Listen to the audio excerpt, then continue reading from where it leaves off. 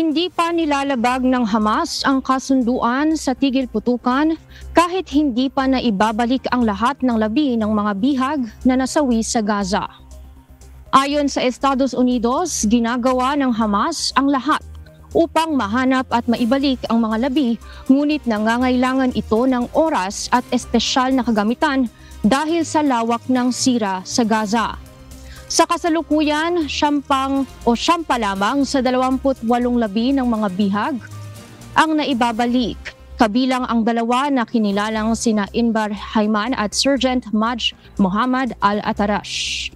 Bunsod ng pagkaantala, pansamantala ng nililimitahan ng Israel ang pagpasok ng ayuda sa Gaza habang nawagan naman ang United Nations na buksan ang mga border crossing para sa agarang pagpasok ng humanitarian aid. Dagdag ng US, tuloy pa rin ang pagpapatupad ng Trump Peace Plan na naglalayong tuluyang maibalik ang lahat ng bihag at mabuo ang bagong pansamantalang pamahalaan sa Gaza.